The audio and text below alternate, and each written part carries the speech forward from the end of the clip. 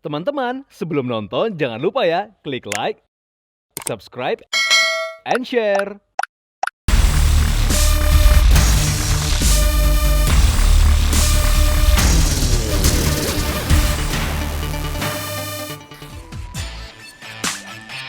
Welcome back to Daily Lifestyle bersama aku Natasha Liotania. Dan aku Filipus Adima. Sebelum aku share informasi lainnya nih viewers, aku mau tanya sama Philip. Yes. Philip, ini kan kita kan masuk bulan puasa ya. Nah aku mau nanya deh, permasalahan kesehatan mulut apa yang biasanya muncul ketika kita berpuasa atau mungkin teman kamu yang berpuasa?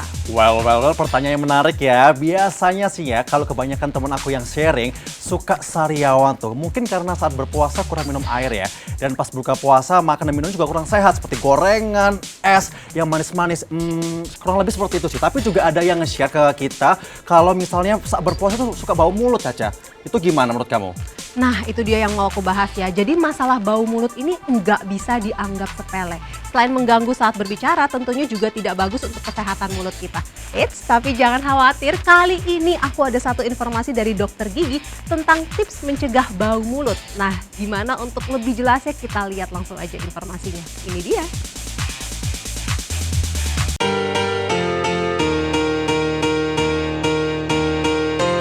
Viewers, puasa di bulan Ramadan tentunya memberikan kesehatan pada tubuh serta mengontrol kadar gula dan lemak dalam tubuh. Namun terkadang kita merasa kurang percaya diri dengan bau mulut yang muncul.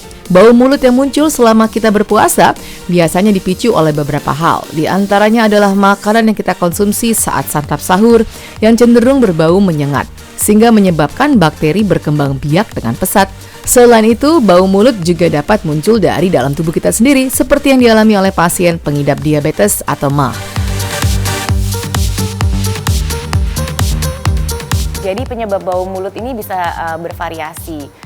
Nomor satu pasti dari kesehatan rongga mulutnya, apakah giginya berlubang atau dia jarang sikat gigi atau karena tumpukan karang yang banyak. Atau bisa juga dari faktor internal yang lain seperti orang yang mempunyai penyakit gastro, lambung ya, pencernaan itu kadang menyebabkan permasalahan bau mulut. Oke, saat berpuasa kita biasanya malah saya kira justru jarang muncul penyakit gigi yang baru atau bahkan sebenarnya tidak banyak ada perbedaan ya. Mungkin kita kembalikan lagi ke yang tadi bau mulut. Karena kita selama dari subuh sampai jam buka puasa tidak mengkonsumsi makanan atau minuman, itu sebenarnya juga membuat saliva kita keluar tidak sebanyak yang biasanya. Karena gerakan mengunyah makanan itu sebenarnya memicu saliva keluar, dan saliva ini sendiri membantu membersihkan sisa-sisa makanan dari gigi kita, dan itu mengurangi bau mulut kita. Nah, yang kedua, karena kita lapar ya, namanya lapar, asam lambung dan segala macam itu juga membuat bau mulut keluar. Jadi paling sering adalah masalah bau mulut.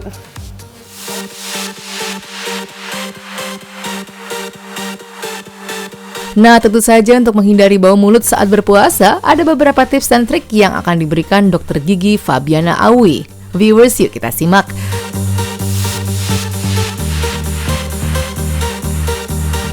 Tips mengatasi bau mulut. Nomor satu, pastinya kita sikat gigi minimal 2 kali sehari pada saat pagi hari setelah sarapan. Jangan lupa beri jarak 30 menit dan saat malam sebelum tidur. Nomor dua, ada yang kita sering lupakan adalah dental flossing. Jadi kalau habis sikat gigi, kita flossing dulu, lalu diakhiri dengan berkumur. Nomor tiga, kalau kita tidak tahu keadaan mulut kita dan kita tidak cek selama 6 bulan sekali, kita tidak akan pernah tahu apa yang terjadi di dalam rongga mulut kita. Nah, jadi yang paling baik adalah setiap 6 bulan sekali, at least harus datang ke dokter gigi untuk melihat keadaan gigi kita. Apakah sudah ada lubang kecil atau mungkin lubangnya sudah dalam tapi tidak terlihat. Karena itu semua mempengaruhi ya tadi bau yang tadi dan semuanya.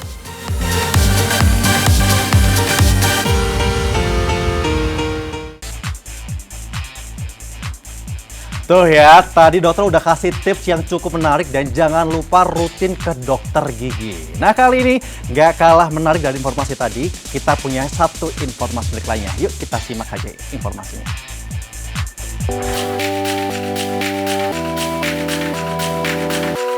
Viewers, fashion menjadi salah satu hal yang menunjang penampilan. Terlebih sebagai seorang public figure, tentu saja menjadi perhatian. Hal inilah yang juga menjadi perhatian dari Ridho Ilahi. Ya, mantan kekasih Dinar Candy ini tentu saja memiliki style yang menjadi khas pada dirinya.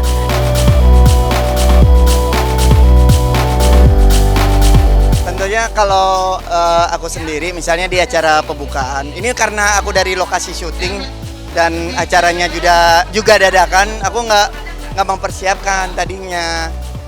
Kalau aku sendiri taraweh, pasti aku pakai baju-baju koko yang apa ya, tentunya yang aku suka ya, nggak harus baru tapi yang kita suka dan kita nyaman gitu loh. Percuma mahal, percuma baru kalau kita nggak nyaman kan.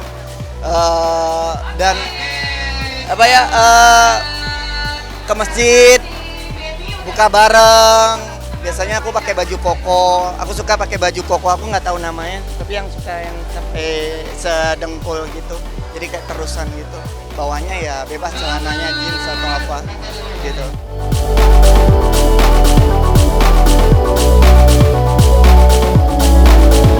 Simple dan nyaman tentunya menjadi style dari aktor FTV ini. Namun soal barang branded, Ridho mengaku dirinya tidak terlalu suka. Baginya masih banyak produk lokal yang juga memiliki kualitas dan kenyamanan saat digunakan. Baginya fashion tergantung bagaimana kita bisa mix and match agar terlihat pas jika dikenakan.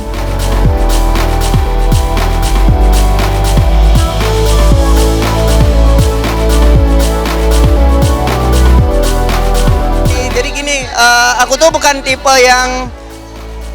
tipe yang harus membeli sesuatu biar misalnya baju ini udah dipakai di lebaran sebelumnya terus aku masih beli lagi, enggak. Jadi maksudnya aku tuh memakai apa yang menurut aku nyaman, karena gini loh guys, kalau kita pakai sesuatu kita nyaman itu pasti aura kita akan keluar. Jadi percuma baju itu mahal, baju itu keren tapi nggak nyaman sama kita, jadinya aneh gitu. Maksud aku tuh bikin nyaman diri kamu sendiri, nggak harus mahal, nggak harus baru, kamu nyaman, pasti insya Allah aura kamu keluar gitu. Itu sih kalau dari aku.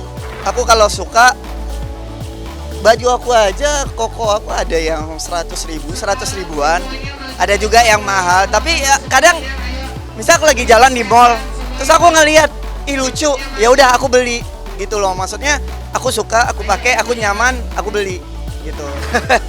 Aku bukan tipe cowok yang branded, nggak terlalu mikirin brand juga ya. Itu balik lagi aku bilang, kalau memang brand itu brand lokal dan bagus dan nyaman, kenapa enggak gitu loh. Nggak, kadang pernah aku ngelihat memaksakan dia nge-branded tapi dia tabrakan, terus akhirnya nggak enak dilihat jadinya. Ya udahlah ya, masing-masing. Maksudnya kalau aku sih tipenya nyaman, karena kalau ketika kita nyaman berpakaian atau fashion itu aura kita keluar.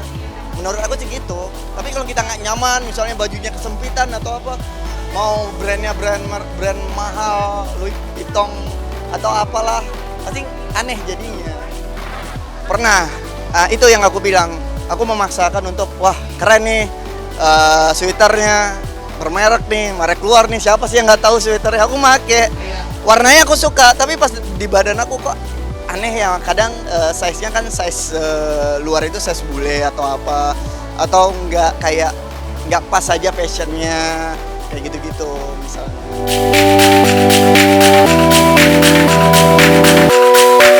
Di momen Idul Fitri, Ridho memang memiliki tradisi dalam setiap fashion, terutama untuk keluarganya, di mana setiap tahunnya selalu kompak mengenakan seragam.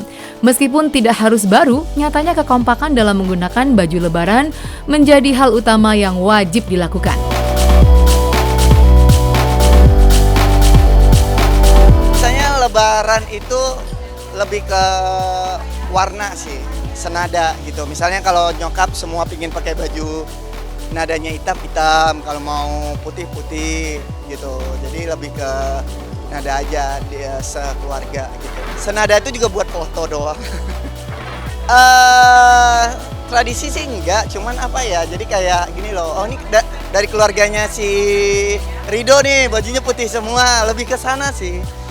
Jangan jadi beban lah, jangan jadi beban di hari yang berbahagia, di hari yang fitri, jadikan malah apa ya, kebahagiaan gitu loh. Maksudnya wah harus sama bajunya, enggak kan bisa, kita mungkin warnanya putih semua atau mungkin nggak harus baru juga. Selama baju aku aja berapa kali kayaknya terakhir beli baju lebaran itu tahun kemarin, kayak tahun ini nggak beli karena masih bagus dan aku suka baju koko, baju lebaran aku ya baju koko, baju sholat gitu.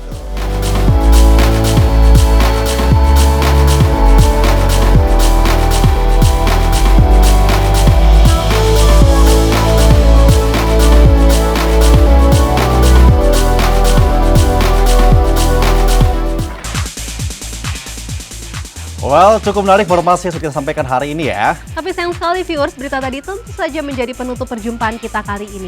Sayang sekali aku dan Philip harus pamit dari viewers. Tentunya besok kita ketemu lagi ya dengan beragam informasi menarik lainnya. Akhir kata, aku Philip Wasadimas. Aku Natasha Liotania, pamit undur diri. Thank you for watching Daily Lifestyle. The best source for your daily insight. See you. Bye-bye.